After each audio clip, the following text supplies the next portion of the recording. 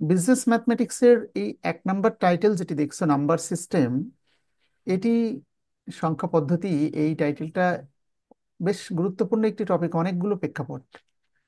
একটা প্রেক্ষাপট হলো তোমাদের বিজনেস ম্যাথমেটিক্সেই চূড়ান্ত পরীক্ষায় শুধু এই একটি অধ্যায় থেকে মিনিমাম 20 নম্বরের প্রশ্ন হবে, আউট অফ 80 মার্কস। সেটি একটি বিশেষ গুরুত্বপূর্ণ অধ্যায় তোমাদের জন্য। আবার তোমরা যখন পড়ালেখা শেষ করে ক্যারিয়ার লাইফে যাবে, চাকরির জন্য প্রিপারেশন নেবে, তখন নাম্বার সিস্টেম নামে আমি একটা লেকচার শিট আমাদের, আমি তো চাকরির জন্য আমি একটু ম্যাথ বই লিখছি। তো সেখানে শুধু এই টাইটেলটার উপরেই প্রায় 20 ধরনের ম্যাথমেটিক্স ক্রিয়েট হতে পারে। এবং এখান থেকে এটিও 2016 সালের একটি পরীক্ষাতে সম্ভবত 12 থেকে 14টা প্রশ্ন একটা লেকচার শিটকে কেন্দ্র করেই চাকরিতে পড়েছে। এমন কোনো বিশেষ পরীক্ষা দেখবে না যেখানে নাম্বার সিস্টেম থেকে 2, 3, 5টা পর্যন্ত প্রশ্ন হয় বিশেষ পরীক্ষায়।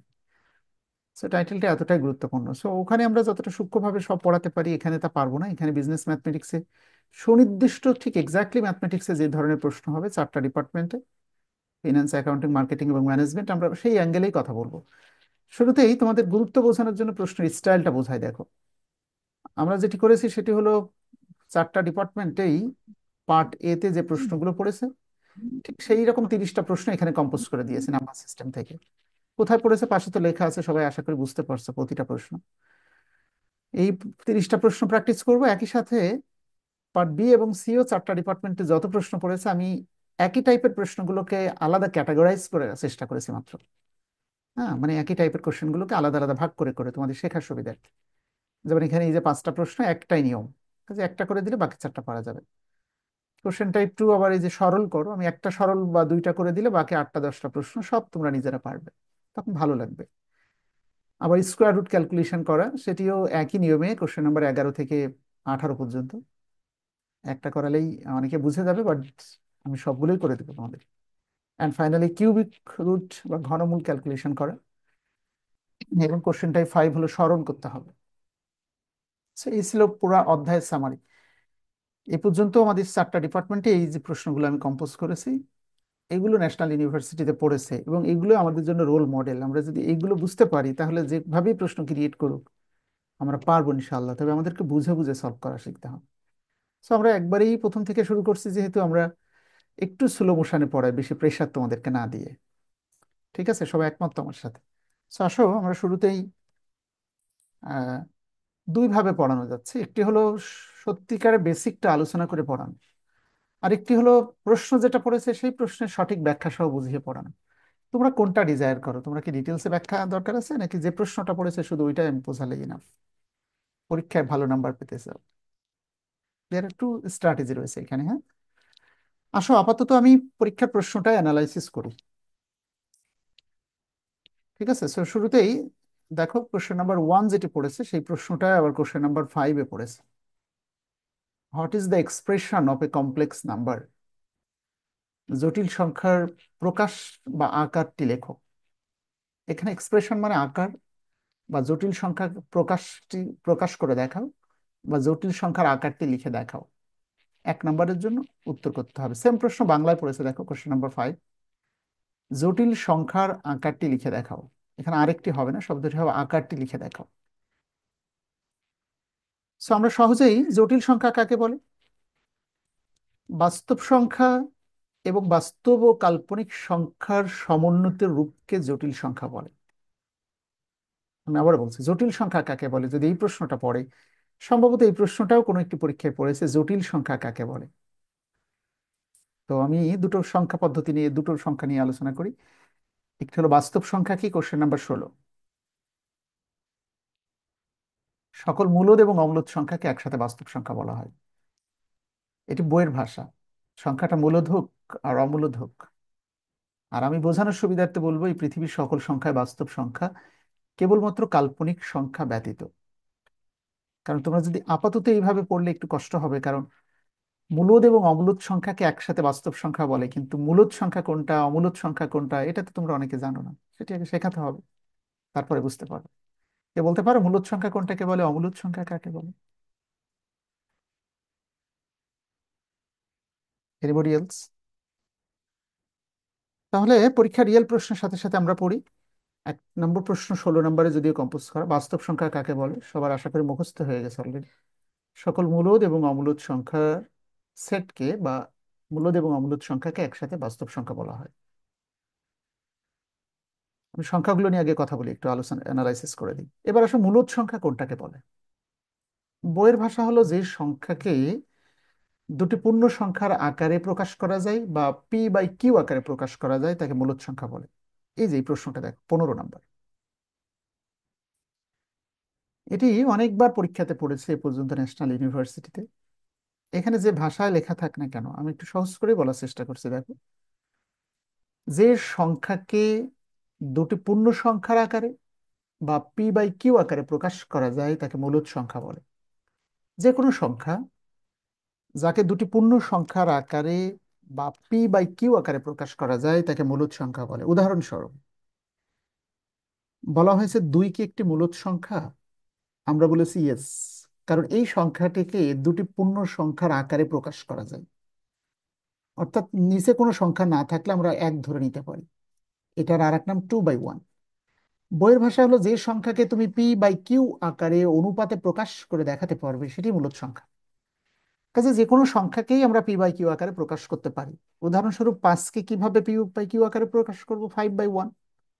এখন পরীক্ষায় পড়েছে 2/3 কি মূলদ সংখ্যা? অবশ্যই মূলদ সংখ্যা, কারণ 2/3 এটি পি বাই কিউ আকারে প্রকাশ করাই আছে। তাহলে মূলদ সংখ্যা যে সংখ্যাকে দুটি পূর্ণ সংখ্যার আকারে, ভাগফল আকারে বা পি বাই কিউ আকারে প্রকাশ করা যায় তাকে মূলদ সংখ্যা বলা হয়। শর্ত, কোনো শর্ত মূলদ সংখ্যার ক্ষেত্রে কোনো শর্তের দরকার নেই। হ্যাঁ, শুধুমাত্র পি বাই কিউ আকারে প্রকাশ করা যায়। আশা করি বোঝাতে পেরেছি। এরপরে অমূলদ সংখ্যা কাকে বলে? মূলদ সংখ্যা যে পারবে অমূলদ সে পারবে কিভাবে বলো? যে সংখ্যাকে দুটি পূর্ণ সংখ্যার অনুপাতে প্রকাশ করা যায় না, অর্থাৎ পি বাই কিউ আকারে প্রকাশ করা যায় না। বলছে যে সংখ্যাকে তুমি দুটি পূর্ণ সংখ্যার আকারে প্রকাশ করতে পারবে না, অর্থাৎ পি বাই কিউ আকারে প্রকাশ করা যায় না, তাকে অমূলদ সংখ্যা বলে। যেমন 4.0537 ডট ডট ডট ডট, দশমিকের পর অসীম মান। এই অসীম মান মানে এটাতে লিখেই শেষ করতে পারবো না, তাহলে এটাকে দশমিক উঠায় পি বাই কিউ আকারে আমি কিভাবে প্রকাশ করব? কাজে এটা একটি অমূলদ সংখ্যা। একইভাবে বলা হয়েছে 22/7, যদিও বলা ঠিক না, কথাটা হবে পায়ের মানটা একটা অমূলদ সংখ্যা। কারণ পাই অর্থ 22/7, আমরা জানি 22কে 7 দিয়ে ভাগ করলেও এটা শেষ করা যায় না কখনো। যদিও তোমরা হয়তো বা অনেকেই ভাবছো স্যার এটা তো পি বাই কিউ আকারে প্রকাশ করাই আছে, এই কারণে বইয়ে কখনো এভাবে থাকবে না, লেখা থাকবে পাই একটি কি সংখ্যা, এটা একটা অমূলদ সংখ্যা।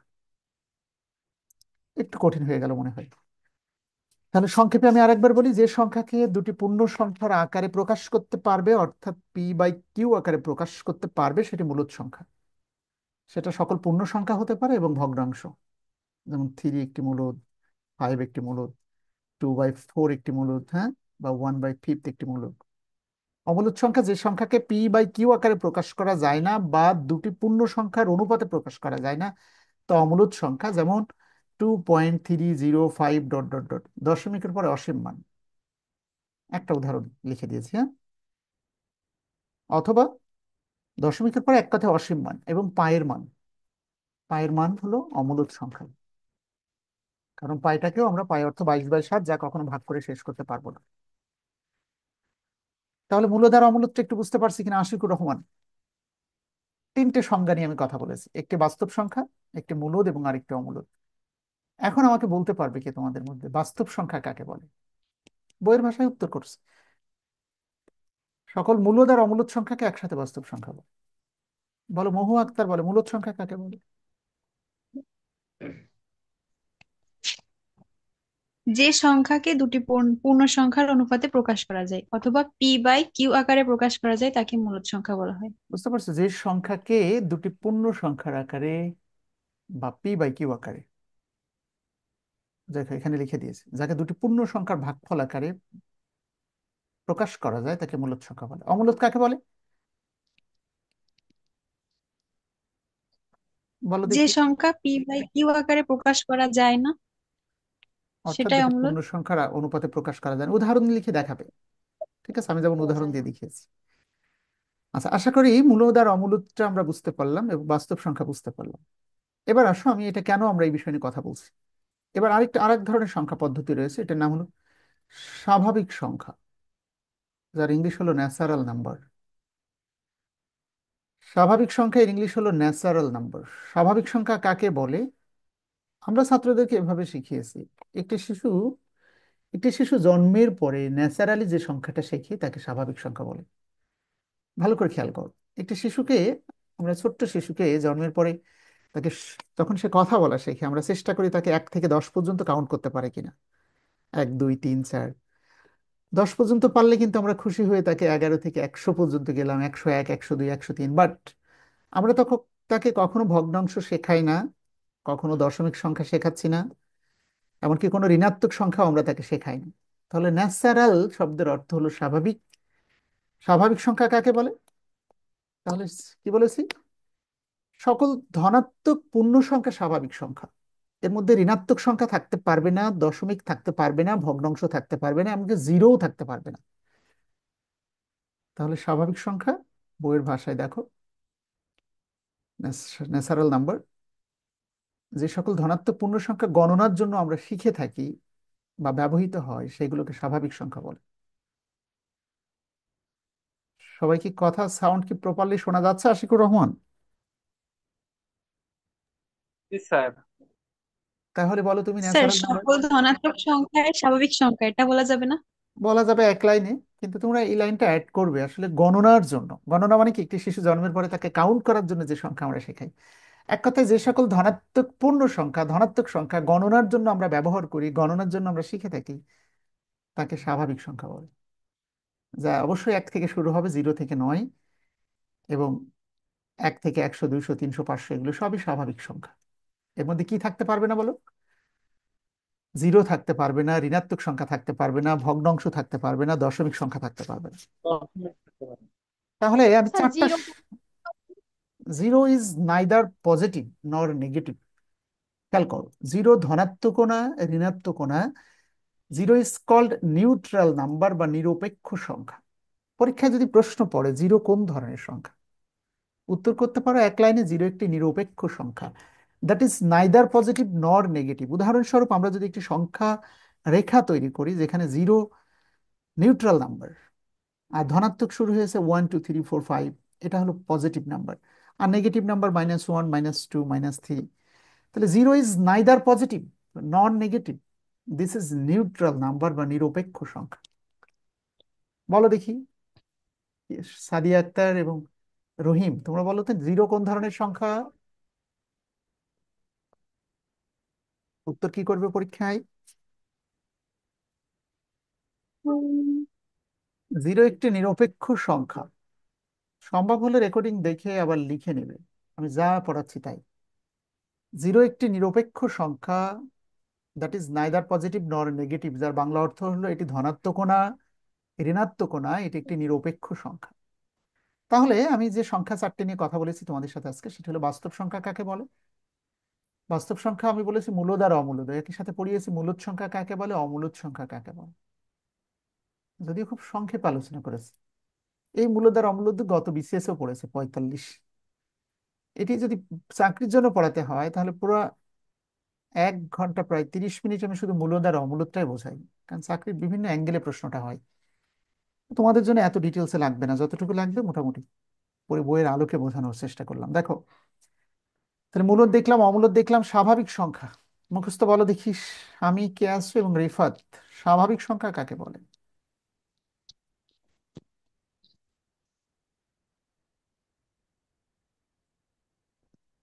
এত কথা আমরা কেন শিখলাম? মূল উদ্দেশ্য ছিল আমাদের কোশ্চেন নাম্বার 1 উত্তর করা, মূলত জটিল সংখ্যা শেখানোর জন্য আমি এই বাস্তব সংখ্যা নিয়ে কথা বললাম। বলো একজন দেখি, সাবাকিয়া আমিন বলো দেখি, এবং মিনারুল, স্বাভাবিক সংখ্যা কাকে বলে? স্যার যে সকল ধনাত্মক পূর্ণ সংখ্যা গণনার জন্য ব্যবহৃত হয় তাকে স্বাভাবিক সংখ্যা বলে। ধনাত্মক পূর্ণ সংখ্যা যা গণনার জন্য শেখা হয় বা ব্যবহৃত হয়। উদাহরণ লিখবে, যেমন 1 2 3 4 5 .100, হ্যাঁ, ইত্যাদি। বুঝতে পারছো সবাই? যে সকল ধনাত্মক এবং পূর্ণ সংখ্যা, ধনাত্মক মানে তো বোঝো প্লাস রেজাল্ট, এবং পূর্ণ সংখ্যা মানে অপূর্ণ হলে হবে না, দশমিক হলে হবে না। এবার আসো আমি আজকের যে মূল প্রশ্ন আলোচনা করতে, যে যেটি পড়াতে যে বেঁধে গেল বিধায় পিছনে ফিরে গেলাম আর একবার নিচের কিছু প্রশ্নে। আমরা মূলত মূলত পড়াতে চেয়েছিলাম জটিল সংখ্যা কাকে বলে, এবং জটিল সংখ্যার আকারটি লিখতে হবে, জটিল সংখ্যা প্রকাশ করে করে দেখাতে হবে। কারণ এই অধ্যায়টাই মূলত কমপ্লেক্স নাম্বারকে কেন্দ্র করে। হৃদয় কি আছে উপস্থিত? হ্যাঁ, হৃদয় অ্যাবসেন্ট মনে হচ্ছে। আচ্ছা, না স্যার। ও অবশ্য। আচ্ছা, খেয়াল করি তো। তাহলে জটিল সংখ্যা কাকে বলে আমি আহ, বলছি, তোমরা লিখে নিতে পারো অথবা শুনে রাখলে হবে। তোমাদের মধ্যে কে বলতে পারে? আমি তো একটু পড়িয়েছিলাম সম্ভবত। জটিল সংখ্যা কাকে বলে? Anybody else?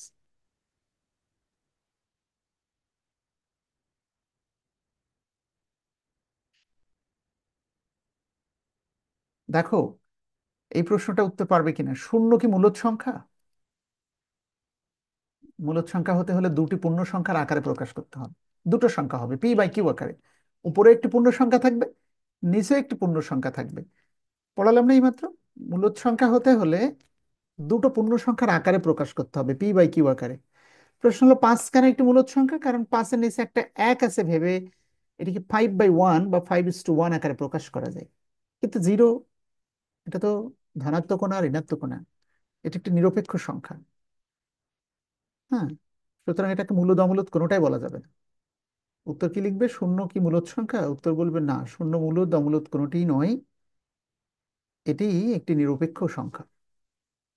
ঋণাত্মক সংখ্যা ধনাত্মক এবং ঋণাত্মক সংখ্যার মধ্যবর্তী একটি নিরপেক্ষ পূর্ণ সংখ্যা। ওই যে সংখ্যা রেখা প্রকাশ করে দেখালাম। আচ্ছা, একবার ধারণা দিই, এরপর একদিন রিভিশন করে 30টা প্রশ্ন আর একবার বোঝাবো সবাইকে নিয়ে। আপাতত আসলে জটিল সংখ্যা কাকে বলে কেউ কি বলতে পারবে? তাহলে জটিল সংখ্যাটা পড়ে নিই, এবং জটিল সংখ্যার আকারটি লেখো। আগে 3টা প্রশ্নের উত্তর করতে যাচ্ছে আমরা একসাথে, দেখো। 1 নম্বর প্রশ্ন, জটিল সংখ্যা কাকে বলে। 2 নম্বর, জটিল সংখ্যার আরেকটি হবে না, সংখ্যার শব্দটা হবে জটিল সংখ্যার আকারটি লিখো।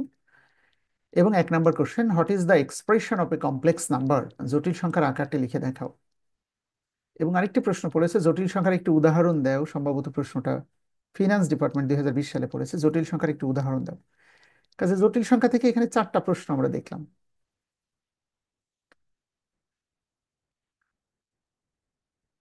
দেখো, জটিল সংখ্যা, আমি একটু উদাহরণ দিচ্ছি, আগে জটিল সংখ্যার আকারটি দেখো। জটিল সংখ্যার আকারটি হলো, এভাবে লিখবে পরীক্ষায়, জটিল সংখ্যার আকারটি হলো a+ib, যেখানে যেখানে এ এবং বি বাস্তব সংখ্যা, এ এবং বি বাস্তব সংখ্যা,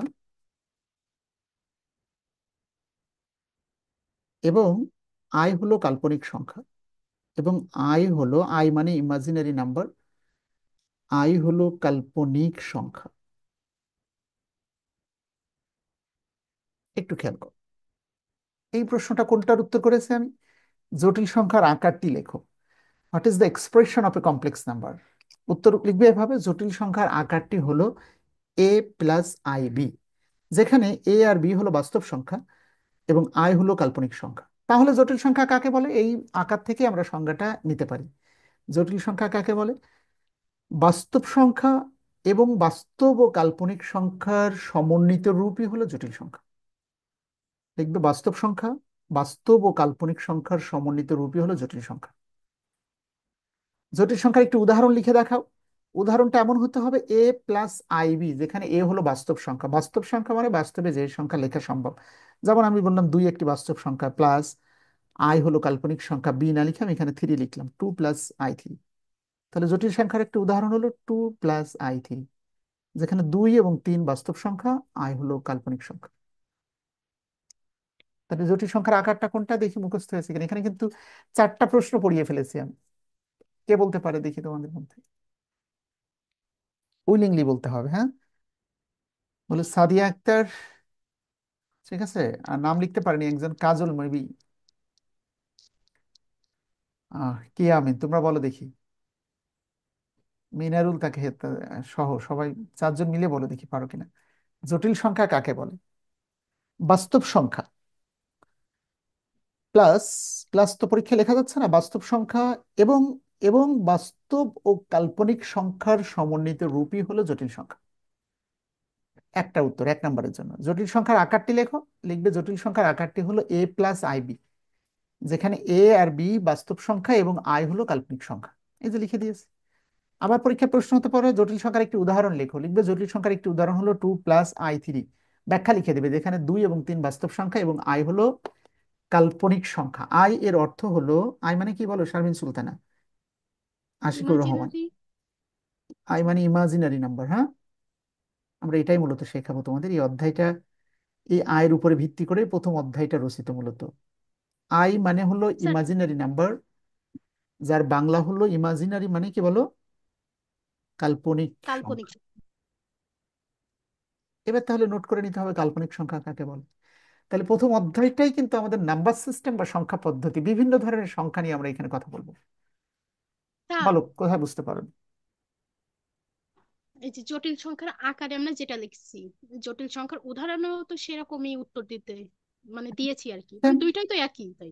উদাহরণ মানে এখানে ডিজিটে প্রকাশ করে দেখিয়েছি। মনে করো এখানে এ আর বি হলো বাস্তব সংখ্যা, কিন্তু বাস্তব সংখ্যা লিখে দেখায়নি, আর উদাহরণে লিখে দেখিয়েছি 2 ও 3 বাস্তব সংখ্যা। আসলেই ও তো 2 আর আচ্ছা, 3 বাস্তব এটাই তো। সংখ্যা। হ্যাঁ, পার্থক্য এটাই। এখানে এক্সপ্রেশন দেখিয়েছি এ আর বি, আর এখানে এ বলতে বাস্তব সংখ্যা। এখানে বাস্তব সংখ্যা কোনটাকে বলে? পৃথিবীর সকল সংখ্যাই বাস্তব সংখ্যা, যা বাস্তবে আমরা লিখতে পারি। যেমন 2 একটি বাস্তব সংখ্যা, 3 একটি বাস্তব সংখ্যা। আবার যদি কোনো ছাত্র মনে হয় যে -5ও তো স্যার বাস্তব সংখ্যা, হ্যাঁ বাস্তব সংখ্যা। প্লাস আই লিখে এখানেও আবার সেই √3 লিখলে তাও হবে। কারণ যে সংখ্যা তুমি লিখতে শিখেছো, পৃথিবীর সকল সংখ্যাই বাস্তব সংখ্যা, কেবলমাত্র কাল্পনিক সংখ্যা ব্যতীত। যদিও তাহলে জটিল বইয়ের বইয়ের ভাষায়, আকারে ওই বলো, এ আর বি লিখবো তাই। এ আর বি লিখবি। আকার বললে a+ib। আচ্ছা, এটাই শুনতে চাইছি। এই লাইনটা আমরা অঙ্ক করতে করতে মুখস্থ হয়ে যাবে। কেন? কারণ আমরা যখন পার্ট বি তে যাব, তখন অধিকাংশ প্রশ্নই এভাবে পড়েছে। দেখো, একটি অঙ্ক দিয়ে আমাদের কাছে জানতে চাওয়া হয়েছে এটাকে a+ib আকারে প্রকাশ করো। মানে এ হলো বাস্তব সংখ্যা, বি বাস্তব সংখ্যা, আই কাল্পনিক সংখ্যা, অর্থাৎ জটিল সংখ্যার আকারে প্রকাশ করে দেখাতে হবে। কাজে জটিল সংখ্যার আকারে প্রকাশ করে দেখাতে দেখাতে এত বেশি অঙ্ক করবে যে জটিল সংখ্যার আকারটা যে a+ib তা সহজেই মাথার মধ্যে ঢুকে যাবে। এটি নিয়ে পেশানি না নিলেও চলবে ইনশাল্লাহ। হ্যাঁ? আমাকে বোঝাতে পারছি? জটিল হ্যাঁ, সংখ্যার বুঝছি। আকার হলো a+ib, যেখানে এ আর বি বাস্তব সংখ্যা। এবার আসো বাস্তব সংখ্যার তাহলে উদাহরণকে আমরা 2 ভাবে ডিফাইন করতে পারি। একটু আগে যেমনটি মহু আক্তার বলেছিল বাস্তব সংখ্যা কাকে বলে বইয়ের ভাষা। বলো তো কি লেখা আছে? সকল মূলদ এবং অমূলদ সংখ্যাকে হচ্ছে বাস্তব বাস্তব সংখ্যা। সংখ্যা। এবার আরেক ভাবে সংজ্ঞায়িত করতে পারো, সকল সংখ্যায় বাস্তব সংখ্যা কেবলমাত্র কাল্পনিক সংখ্যা ব্যতীত। তাহলে বাস্তব সংখ্যাকে আমি 2 ভাবে নোট আউট করে দিচ্ছি, খেয়াল করো। সকল মূলদ অমূলদ সংখ্যাকে বাস্তব সংখ্যা বলে, এটা লিখলেও যেমন 1 নাম্বার পাবে। বলবে সকল ধনাত্মক, ঋণাত্মক, ভগ্নাংশ বা দশমিক সকল সংখ্যা, এক কথায় সকল সংখ্যায় বাস্তব সংখ্যা কেবলমাত্র কাল্পনিক সংখ্যা ব্যতীত। কাজে আমরা নতুন করে শিখতে চাই কাল্পনিক সংখ্যা কাকে বলে। আমি কাল্পনিক সংখ্যা থেকে আবার 2টো প্রশ্ন হবে। এটি হলো, এটি আরো সুন্দর করে সাজিয়ে পড়ালে মনে হয় আরো সুন্দর হতো। আসো, কাল্পনিক সংখ্যা কাকে বলে এবং কাল্পনিক সংখ্যার আকারটি লেখো, বা কাল্পনিক সংখ্যার প্রতীকটা কি হবে। Question number 22। সম্ভবত এই প্রশ্নটা ম্যানেজমেন্ট ডিপার্টমেন্টে লাস্ট 23 সালে পড়েছে এই প্রশ্নটা, যেটা ফিনান্স এবং মার্কেটিং এ 2016 সাল। তো আসো, নোট করে দিচ্ছি আমি। কাল্পনিক সংখ্যা কাকে বলে? কাল্পনিক সংখ্যার সাংকেতিক। ঋণাত্মক হ্যাঁ বলো। বর্গমূলকেই কাল্পনিক সংখ্যা। 2টো প্রশ্ন একটু খেয়াল করি সবাই। ঋণাত্মক সংখ্যার বর্গমূলকে কাল্পনিক সংখ্যা বলা হয়। বুঝতে পারছো সবাই? এই পৃথিবীতে সবকিছুই যে সকল যে সংখ্যা বাস্তবে লেখা সম্ভব তাকে তো বাস্তব সংখ্যা বলে, কিন্তু বাস্তবে লেখা যে সংখ্যা সম্ভব নয় তাকে কাল্পনিক সংখ্যা বলে। কাল্পনিক সংখ্যা কারা একটু দেখি আমরা সবাই। আমি বোঝাচ্ছি, মুখে বলছি, তোমরা রেকর্ডিংটা শুনে নোট করে নিও। কাল্পনিক সংখ্যা এর ইংলিশ কি বলেছে বলো দেখি, ইমাজিনারি মিনারুল এবং number. Rifat. Imaginary number. Imaginary number, কাল্পনিক সংখ্যা। কাল্পনিক সংখ্যা কোনটাকে বলে বলছি? ঋণাত্মক সংখ্যার বর্গমূলকে কাল্পনিক সংখ্যা বলে। দেখো, আমি যদি, আমাকে কেউ যদি বলে 16 এর বর্গমূল কত, আমি বলবো 4 4 16। কিন্তু আমাকে একজন বললো -16 এর বর্গমূল কত, আমাদের প্রথম উত্তর হলো এটি বাস্তবে সম্ভব নয়। ঋণাত্মক সংখ্যার বর্গমূল ম্যাথমেটিক্সের বাস্তবে সম্ভব নয়, বিধায় এই সংখ্যাকে কাল্পনিক সংখ্যা বলা হয়। তাহলে কাল্পনিক সংখ্যা কাকে বলে? ঋণাত্মক সংখ্যার বর্গমূলকে কাল্পনিক সংখ্যা বলে। যেমন -4 একটি ঋণাত্মক সংখ্যা, এর বর্গমূলকে কাল্পনিক সংখ্যা বলা হয়। কাল্পনিক সংখ্যার বর্গমূল যেহেতু সম্ভব নয়, এই সংখ্যাকে সাংকেতিক রূপে প্রকাশ করে দেখাতে হবে। দেখো, কাল্পনিক সংখ্যার সাংকেতিক রূপ কি? তোমরা লিখবে, উত্তর লিখবে আই, যেখানে আই সমান সমান, এখানে লিখতে হবে যেখানে আই ইকুয়াল টু √-1, এই পর্যন্ত লিখতে হবে। খেয়াল করো, তাহলে দুটো প্রশ্ন পড়ালাম, এখানে একটি প্রশ্ন আর এখানে একটি প্রশ্ন। কাল্পনিক সংখ্যা কাকে বলে? উত্তর শুনে নাও। ঋণাত্মক সংখ্যার বর্গমূলকে কাল্পনিক সংখ্যা বলে, যেমন -16, -4। 2 নম্বর প্রশ্ন ছিল কাল্পনিক সংখ্যার সাংকেতিক রূপটা কি হবে? উত্তর হলো কাল্পনিক সংখ্যার সাংকেতিক রূপ হলো আই, আই মানে যেহেতু ইমাজিনারি নাম্বার, এবং লিখবে যেখানে আই সমান সমান √-1। এবার আমরা এটা নিয়ে একটু অঙ্ক করবো দু একটা। বুঝতে পারছো? তাহলে এই দুটো সংজ্ঞা একবার পড়ে তো মনে থাকবে না নিঃসন্দেহে। অবশ্যই রেকর্ডিং দেখে দেখে যে জায়গা আমি নোট করে নিতে বলেছি নোট করে নিবে খাতায়, এবং এই শীট থেকেও প্রশ্নগুলো, ইম্পর্টেন্ট কোশ্চেনগুলো ধারাবাহিকভাবে নোট করবে। তাহলে আমরা কি কি নিয়ে কথা বলেছি? আমরা বাস্তব সংখ্যা নিয়ে কথা বলেছি, আমরা অবাস্তব বা জটিল সংখ্যা নিয়ে কথা বলেছি, আমরা মূলদ নিয়ে কথা বলেছি, অমূলদ পড়িয়েছি, স্বাভাবিক সংখ্যা দেখালাম, জিরো কোন ধরনের সংখ্যা, কাল্পনিক সংখ্যা কাকে বলে, কাল্পনিক সংখ্যার সাংকেতিক রূপটা লিখে দেখাও, স্বাভাবিক সংখ্যার সর্বনিম্ন মান কত হতে পারে। যেমনটা একটু আগে বলছিলাম, ন্যাচারাল নাম্বার, একটি শিশু জন্মের পরে গণনার জন্য যে সংখ্যা শেখে তাকে স্বাভাবিক সংখ্যা বলে, এবং সেটি জিরো কিন্তু স্বাভাবিক সংখ্যা নয়। স্বাভাবিক সংখ্যা শুরু হয়েছে কত থেকে? 1 থেকে। কাজেই স্বাভাবিক সংখ্যার সর্বনিম্ন মান কত? 1। সর্বোচ্চ মান কত? উত্তর লিখবে অসীম। সর্বোচ্চ মান কত এটা আমরা জানি না, কিন্তু সর্বনিম্নটা কত? 1। এটাকে বুঝতে পারছো এই প্রশ্নটার উত্তর? কাজে এগুলো বেসিক না জানলে কিন্তু হবে না। আচ্ছা, আর এই ভাগগুলো আমি শেখাবো, 0/0, 0/3, 3/0, কোনটা কিভাবে উত্তর করবে তোমরা। এই কারণে ধীরে ধীরে শিখতে হবে ম্যাথমেটিক্সের কিছু লজিক, কোনটা অ্যাপ্লাই করা যায় আর কোনটা যায় না। আচ্ছা, তো যে প্রশ্নগুলো পড়ালাম সেগুলো আমি একটু দেখি পারি কিনা। আমি নতুন টাইটেলে আমার মনে হয় যাওয়া গেলে তোমাদের প্রথম দিকে তো প্রেসার হয়ে যাবে। তাহলে জটিল সংখ্যার আকার, এটা আশা করি বোঝাতে পেরেছি, a+ib। আচ্ছা, 23 কেন মৌলিক সংখ্যা নয়? মৌলিক আর যৌগিক সব থেকে সহজ, এটি পরের ক্লাসে আমরা ইনশাল্লাহ পড়াবো। আজকে যদি তোমাদের এনার্জি থাকে আমি বরং জটিল সংখ্যার এই অঙ্কগুলো করে দিতে পারি। আচ্ছা, 5 নাম্বারটা পড়ানো হয়েছে, জটিল সংখ্যার আকারটি লেখো। মৌলিক সংখ্যা এখনো পড়ানো হয়নি, ন্যাচারাল নাম্বার অঙ্ক করে দেওয়া হয়নি, পরম মান করাতে হবে। জটিল সংখ্যার মডুলাস শেখাবো, পরম মান। ঋণাত্মক পূর্ণ সংখ্যার সেট কোনটা? দেখো, এগুলো কিন্তু কখনো হঠাৎ হঠাৎ পরীক্ষায় চলে আসবে, এগুলো এমন না যে এগুলো পড়ানোর পরে তোমরা পারবে। ধনাত্মক পূর্ণ সংখ্যার সেট যদি আমি লিখতে বলি, কি হবে বলো একজন আমাকে? ধনাত্মক পূর্ণ সংখ্যার সেট, ঠিক এই একই এক কথা থেকে লিখবে। সংখ্যা অসীম পর্যন্ত। 1 2 3, এটা এখানে মাইনাস হবে না? ধনাত্মক পূর্ণ সংখ্যার সেট লিখলে 1 2 3 ডট ডট +ইনফিনিটি, ঠিক আছে, এটা ধনাত্মক পূর্ণ সংখ্যার সেট। আর ঋণাত্মক মানে নেগেটিভ, -1, -2, -3, চলতে থাকবে −ইনফিনিটি পর্যন্ত। ইনফিনিটি মানে অসীম, অসীম মান কত পর্যন্ত যাবে আমরা জানি না।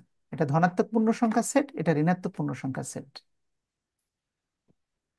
আচ্ছা, এই জটিল সংখ্যার মডুলাস এবং আর্গুমেন্ট কিভাবে ক্যালকুলেশন করতে হয় এগুলো আমি করানোর পরে পারবে।